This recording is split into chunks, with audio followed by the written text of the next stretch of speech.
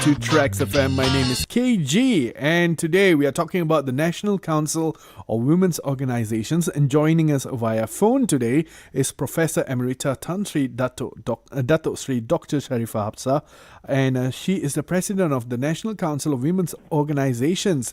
Good morning, Tan Sri. How are you today? Good morning. An absolute pleasure to hear from you. And today we're going to be talking about the National Council of Women's Organizations and the good work that you have done for this country in the many, many years that since the National Council of Women's Organizations have already been established. Yes. Okay, Tan Sri, before we start, can we just, as we start, could you share with us about NCWO? What is it all about? What do Malaysians need to know? NCWO is a coalition of women organizations. Was formed in 1963. So we're about 63 years old or something. And from the very beginning, it's a coalition of women organizations. Initially, all were affiliated to NCWO HQ. But later, what we did was, in order to get to the grassroots very easily, we formed state-level organizations, coalition of women organizations at the state level, and the state get affiliated to NCWO. So in this way, we can reach out very easily to the grassroots, and they can reach out to us. So the voices can be heard very fast and very quickly because we are linked digitally now. The aim of NCWO actually is to be the voice for women, advocacy for women's empowerment, and to make sure women will be fairly involved in development and will reap the benefits of the development, and they will have equal opportunities in whatever they want to do, in work, in education. That's basically what we do, and we do this irrespective of race, religion. So we speak for all women. Yes, and you have been very active since the 1960s, since the start in which is in August 1963. If I'm not, on the 25th of August 1963, and NCWO has been advocating for women's equitable development, inclusion, legal reforms. And talking about that, what are some of the key milestones in NCW's history since its establishment? I want to tell you something, KG. Yeah. A lot of what women are enjoying now, they don't know it was the hard work of our founding mothers. That's true. For example, permanency. In the old days, when women got married, they automatically become temporary workers. And NCWO was the one that fought for permanency and pensionable, equal pay, and opening of the civil service to qualified women. The oldest was men. And taxation. NCWO fought very hard because the first Minister of Finance didn't quite believe in it. But we fought for separate taxation because women should not be taxed to the husband, Yes. They should be taxed on their own income. And that's what we did. So there were a lot of legal reforms. One of, I think, the non-Muslim women are enjoying now is the Marriage Reform Act for non-Muslims. Okay. And that gave a lot of rights to the non-Muslim women in terms of marriage. In the old days, they used to have all the secondary wives and so on. Oh, yes. The civil marriages. Yeah, but now it's only one is recognized. Yeah, absolutely right. So a lot of the advantages or a lot of the current, is due to NCWO. Exactly. In the beginning, we were just, NCWO was just the only organization. And then we felt that we should bring on board, we should develop government machinery. Mm-hmm. There should be. So after a World Conference, NCWO asked for a bureau to be formed and a National Advisory Council for Women, which will advise the government. And this was done. And later, HAWA, or the Department of Women, was formed in the Prime Minister's Department. And so we had the equivalent, we had a government machinery to talk to so that we can go faster. If not, it's just an NGO effort. Yep. And this original department that we asked for in the early 80s has now become the Ministry of Women, Family and Community Development. In year 2000, it was upgraded to a ministry. So every year we ask, when are we getting a ministry? We're getting a ministry. So now, when we have a government counterpart, then it's very easy. Absolutely. Otherwise, it will just be a voice. But now, NGO, yes. and now yes. you would have a power to push forward, laws that are, important for the betterment of women. And I also understand there's a lot of work that you do addressing children's rights as well. Correct. In fact, the Child Act, early on, it was NCWO's work to get the Child Act. And that was, I think, a great success for NCWO. So it was not just about women. We start young, we start even with the children, because family is very important to the women. It's not just the Child Act, child rights, but also guardianship. In the old days, guardianship was just given to the men, and it was, you see, even you are surprised. Yes, I am quite surprised. We fought so that it's shared guardianship, not just the sole guardianship. Because it was so difficult. Women, they were looking after the child. The men don't know where they are, and they have to do so many things to the child's school and so on. And it's so difficult. So when it's a shared guardianship, it was more easier for the women. It's not so much hardship. Women had to struggle a lot in those days, I understand. Tantri, if you mind me asking, you've been involved with NCWO for many years, a very good part of your life, haven't you? Yes. Yes. Was it an uphill battle, especially in what we would call a patriarchal society, to push forward agendas that would, put women at the forefront, or push agendas that would actually bring equal rights? Was it an uphill battle for you personally? Let me put it this way. I think there must be respect. If the respect is very important, and I think we have to speak with evidence. It has to be evidence based. You have to speak with confidence, and when you come with the facts, it's very difficult for them to say no. Okay, sometimes we do come with facts and they still want to say no because of other reasons. So we have to step back a little, wait for the right time, and then revisit. We've done this several times. So but yeah, this is a problem in our society and a lot of other societies, but that's slowly eroding.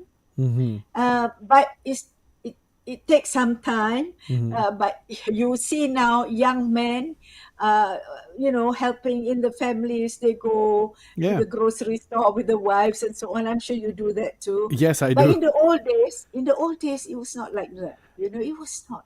I mean, So not even this- that old, is it? It's like just a generation apart. maybe two generations. Yeah. So I think, but it will come in time, because it's also a necessity. But I feel that we can hasten things a little bit, Understood. Yes. through a lot of strategies and a lot of persuasion. I think the respect is, you yourself must have the knowledge. On the other side, the men on the other side cannot but have to believe you. Okay, so I think that's very important. You must know what you're talking about, and it must be backed by evidence, by research. This is what we've been doing all this while. And We are never confrontational. We don't confront. we always will submit memorandum, or we will go and see the relevant people. We don't go to the media first of all. No, we do our fight in a I want to say gentlemanly way. That's not correct. In a very ladylike way.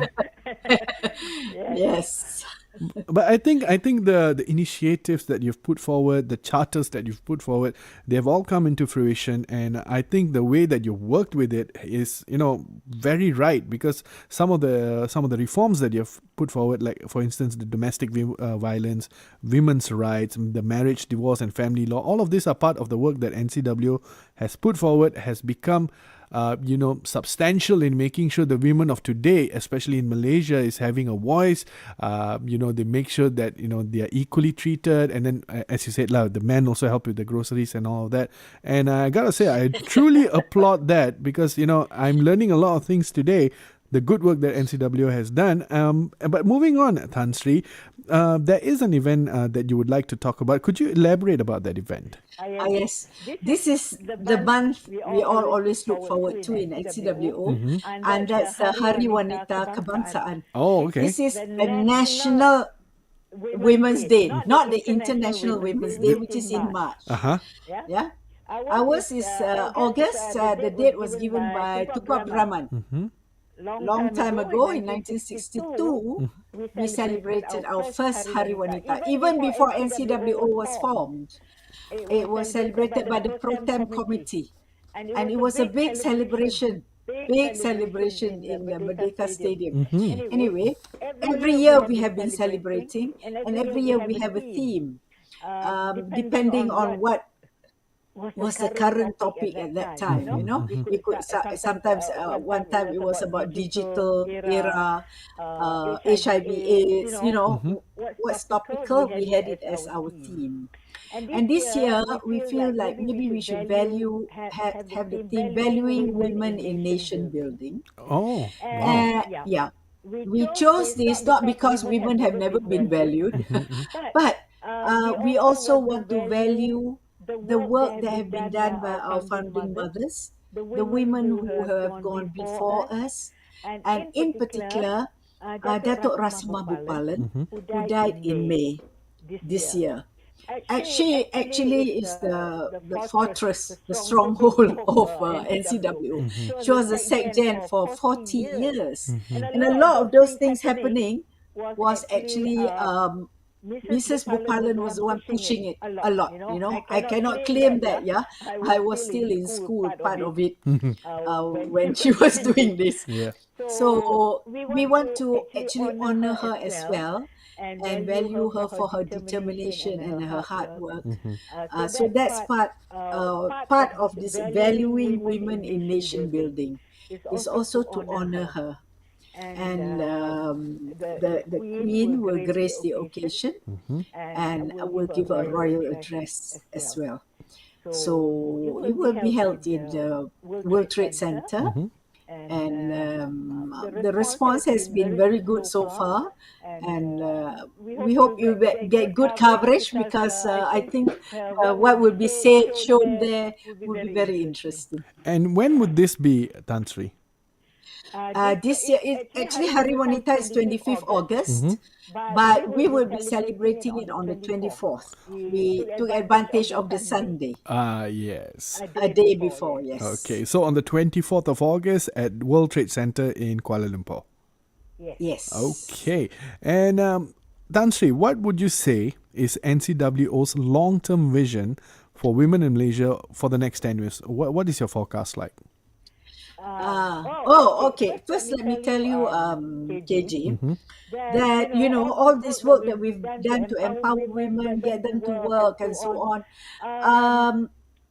We've seen progress, but I think we're coming to a plateau where women, the participation of women in the workforce seems to be static. And so I feel we need to look at other strategies. The government has put in a lot, build childcare facilities, child-friendly or woman-friendly workplaces, and so on. Very laudable. But I feel that women will still not work will not come back to work or remain in the workforce if they have the burden of care. Women shoulder the burden of care. And so we did a lot of studies around this issue of care. And, women, they do about three-quarter of the care work at home. True. Three-quarter. So, if they're working, that's a lot of work. That's very tiring. Yeah. There's a lot of mental health issues. And this came out during the COVID era when we saw this, breakdown, fatigue, and so on. So we said we have to do something to help relieve this burden of care so that women can remain in the workforce in a healthy way. So that's why we went head on looking into the care economy and the care industries to see how we can lessen the care burden on women, particularly now with old age. A lot of the elderly, the care work will become more. Yep. Young children now with a lot of problems like autism is on the increase. All this will fall on the woman. You ask a woman now in your organization, how many of them have got a child with autism? At least 3 will raise their hands. Yes. Is that common? Yes. And it's not easy. So if you want, the government has again put up 60% participation of women in the workforce. It's not that women are not working, they are, but they're working with a lot of this care responsibilities. And so we need to decrease that so that it become a happier, healthier women who will contribute to the nation. Bringing the balance. This care industries, the care industries is growing. Currently, it's not very affordable, like child care, for example. Yeah. We want not just them to sprout everywhere. We want them to be quality care. Quality care. So Yes. NCWO has identified 3 issues. One is professionalization of care workers. You cannot just get anyone to take care of your child or your elderly True. parent or your sick child. Yes. They have to be trained. And then we also identify data. We lack data, about the care industry. Who's doing what? And if the government does a proper accounting, the care industry has been shown in the world, it is the 3rd largest after the US and China. Wow. And the ILO says it is large and it's growing because the demand is there, especially with the elderly population. So I'm so glad the care economy has gone to RMK 13. So now we will work with the relevant ministries and agencies to pursue this. We have already done NCWO organize a seminar, and we've done a workshop and seminar on the professionalization part. We developed the standards for caregivers. And so we were working with MQA and the Ministry of Labour to see how we can make this official so that any training institution that want to train caregivers, they have the standards. And I think sooner or later we should register caregivers, because it's very important. They're taking care of Children. very fragile people, people who really need the care, elderly and children, and children with special needs. Yeah. So I think this is the direction we are going currently. And I think this is a better strategy than all those policies that we have had in the past. Yeah, because Longer maternity leave. So it helps. oh yeah. But in the long term, this is a better, because women will always prioritize family. If they have to choose, they will choose a family. They will leave their career. I understand that completely. And I completely agree with the fact that I think women do need longer maternity leaves and maybe longer paternity leaves as well. Huh? Yep. And As long as you don't go and play golf. I don't know how to play golf. No, but truth be told, I think a lot of the work that you have done is seeing results even within my community, my friends. The men nowadays, like my friends, they are not their fathers anymore. Men who have just left the kids to the mother, and then they go out, they look for the jobs and all that, and then come back, and the tension's not there, the care is not there. But now I think the it's flipping quite fast, quite rapidly, which I gotta say I'm proud of my friends for being able to provide the care as well as the the monetary things. Yes, because we fight for shared responsibility. True. There's That's no what one's better NCWO here. has been fighting for. Yep. Yeah. And how about some success stories from your recent community-based projects, Tansri? I've just okay. When you talk about local work at the community level, we leave it to our affiliate organizations, and we have a lot of these organizations, and they do all kinds of things. Yep. Yeah, in a will, some are welfare, some are educational. So Paniagawati will go into business, helping women to go into business. So we do that. Sometimes we'll have national level on specific issues like this, like women in business. But for NCWO as such, when it comes to national disasters, for example, we'll be the first to jump in and get our welfare work done by galvanizing funds and then sending out so our affiliates on the ground can reach out, because these are the women. During COVID, in fact, we will stop. We say, why are we going out? We say, if we don't go out, who's getting food to these people? So we make the food baskets and so on and send out. During COVID, we also make ventilators and so on. I got people in the universities to help us, and we send out all these boxes, ventilation box, to the wards, because we were of short supply, especially in the pediatric wards. Yep. So things like that sometimes we do, but we prefer to stay at the advocacy level. But when big help is needed at the local level, we will always jump in. Right. Understood, Tansri. And Tansri, we are fast coming to the end of our interview for today. And I just want to say from our part, from Trax, and thank you so much for all of the good work that your entire organization, including your affiliates, have done for the women's rights as well as children's rights in Malaysia. Thank you very much for inviting me. But before we let you go, Tansri, you've led a life full of notable wisdom. Could you share with us any of your words of wisdom or quotes? Oh, dear me. I gotta say, I love the way you laugh, Tansri. It's very, very infectious. Look towards the light, and the shadow will fall behind you. Thank you so much. Okay, bye-bye. Bye-bye. And that was Professor Emerita Tan Sri Dato Sri Dr. Sharifah Hapsah Syed Hassan Shahabudin, who's the President of National Council of Women's Organizations. And today we spoke about the National Council of Women's Organizations and the good work that they have done for our Malaysian women, our Malaysian children, what they have put forward, what they have, made sure happens. They have advocated for your rights since 1963. So if you ever want to say thank you to someone, say thank you to them. Right now, though, let's go back with music right here on Tracks. Don't go anywhere.